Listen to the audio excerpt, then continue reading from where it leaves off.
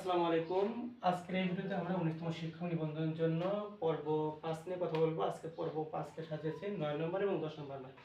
তো আপনারা জানেন 19তম শিক্ষক নিবন্ধনের জন্য আমরা গণিতের একটা সাজেশন ভিত্তিক ভিডিও আপলোড করছি, যেগুলোতে পরীক্ষা আসার মতো এবং পরীক্ষা আসবে নিবন্ধনে এই টপিকগুলো থেকে আমরা মূলত বিভিন্ন ম্যাথের বিভিন্ন টপিক থেকে আমরা মূলত ভিডিওগুলো আপলোড করছি, যাতে করে আপনাদের এখান থেকে একটা ভালো প্রিপারেশন হয়ে যায়।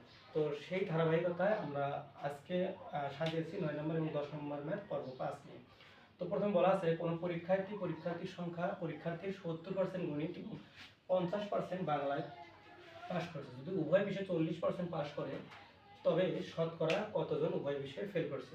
এবং বলে রাখি এটা হচ্ছে টাইপ 1, অর্থাৎ এই ধরনের ম্যাথগুলো আজকে আমরা সলভ করবো। প্রথমে এটা আমরা একটা টেকনিক জানবো, সেটা হচ্ছে সিম্পল যে বিষয়টা করবো 70% আর হচ্ছে 50% যোগ করি। 70 আর 50 যোগ করলে হয় 120, অর্থাৎ আমরা যদি খেয়াল করি যে 70 যোগ হচ্ছে 50 যোগ করলে কত হয় 120। এরপরে যেটা পাস অর্থাৎ উভয় বিষয় যেটা আছে এটা খালি জাস্ট কি করবো, বিয়োগ করে দেবো, মাইনাস হচ্ছে 40। তার মানে 70 আর 50 হচ্ছে 120, 120 থেকে যে 40 বাদ দিয়ে আমরা সেক্ষেত্রে পাবো 80। তার মানে 80% শিক্ষার্থী কি করেছে, এখানে পাস করেছে। তার মানে বিষয়টা হচ্ছে যে গণিতে পাস করেছে 70%, বাংলায় পাস করেছে 50%, এবং উভয় বিষয়ে পাস করেছে কত পার্সেন্ট, 40%। তাহলে অন্তত একটি বিষয়ে পাস করেছে কতজন, কত পার্সেন্ট, 80% শিক্ষার্থী পাস করেছে। তাহলে আমরা এটা মনে রাখবো। এরপরে বলেছে শতকরা কতজন উভয় বিষয়ে ফেল করেছে। তাহলে আমাদের ফেল যেহেতু জানতেছে যে শতকরা কতজন, তো ফেল করেছে কোনো একটা ক্লাসে যতজন শিক্ষার্থী থাকুক না কেন, সেটা হচ্ছে ওই ক্লাসের 100%।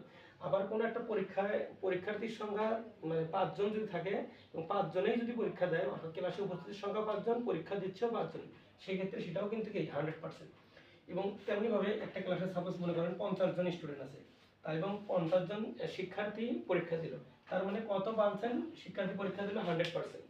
তো এটা হচ্ছে ব্যাপার। তাহলে আমরা এই যে শিক্ষার্থীর কথা বললাম 70%, গণিত বাংলা এই মিলাইয়া টোটাল শিক্ষার্থী কত পার্সেন্ট, 100%, মানে 100%। তাহলে 100% মাইনাস হচ্ছে 80%। তাহলে আমরা যেটা পেয়ে যাবো সেটা হচ্ছে 20% অ্যান্সার। তাহলে এটা হচ্ছে আমাদের খ নম্বর অ্যান্সার 20%। তাহলে এটা টেকনিকটা কি আমরা শর্টকাটে মনে রাখবো, যে পাস ইকুয়াল লিখবো, যে pass equal S1 plus S2 minus হচ্ছে উভয় বিষয়, অর্থাৎ প্রথম সাবজেক্ট প্লাস দ্বিতীয় সাবজেক্ট মাইনাস হচ্ছে উভয় বিষয়। পাশের ক্ষেত্রে দেখেন এখানে সবগুলো পাশের ক্ষেত্রে বলা আছে, যে তোমরা টাইপ 1 সাজিয়েছি আজকে, মানে প্রত্যেকটা বিষয়ে পাস, গণিতে পাস, বাংলার পাস, উভয় বিষয়ে পাস। তো যখন এই জাতীয় কথা থাকবে তখন S1 প্লাস S2 মাইনাস হচ্ছে বোধ। এরপরে যেহেতু ফেল কথা বলেছে, ফেল বের করবো আমরা, ফেল বের করবো। সেই ফেল বের করার ক্ষেত্রে আমরা 100 থেকে কি করব, যে মানটা বের হয়েছে 80% বা যেটা বের হয়ে গেল সেটা বিয়োগ করব। তাহলে বিয়োগ করলে 100 থেকে যেটা আসবে সেটা বিয়োগ করলে যেটা আসবে সেটা হচ্ছে আমাদের অ্যান্সার। তো আশা করা যায় আপনারা বুঝতে পেরেছেন। তো 10 নম্বর ম্যাথটা বলেছে পরীক্ষাতে 80% গণিত এবং 70% বাংলায় পাস করেছে। যদি উভয় বিষয়ে 60% পাস করে থাকে, তাহলে শতকরা কতজন উভয় বিষয়ে ফেল করেছে। এই ম্যাথটি 22তম বিশেষ পরীক্ষায় এসেছিল, যেটা খুবই গুরুত্বপূর্ণ 19তম শিক্ষক নিবন্ধনের জন্য। তো আমরা সেম পদ্ধতিতে এটা সলভ করব। তো প্রথমে কি করব, যে পার্ট যেহেতু বের করব, তাহলে S1 প্লাস S2 মাইনাস হচ্ছে বোধ বা বি লিখব। সেক্ষেত্রে প্রথম বিষয় কি 80%, এরপরে দ্বিতীয় বিষয় কত 70, এরপরে বোধ কত 60। তাহলে 70 থেকে 60 বাদ দিলে 10, 80 আর 10 যোগ করলে হবে 90%। তাহলে ফেল কত, ফেল হচ্ছে 100 থেকে আমরা কি করব 90 বাদ দিয়ে দেবো। তাহলে 100 থেকে যদি 90 বাদ দেয় সেক্ষেত্রে হবে 10%। কতজন উভয় বিষয়ে ফেল করেছে, শতকরা 10 জন লোক বা 10 জন শিক্ষার্থী ওই বিষয়ে ফেল করেছে। সেক্ষেত্রে অ্যান্সার হচ্ছে ক নাম্বারটা।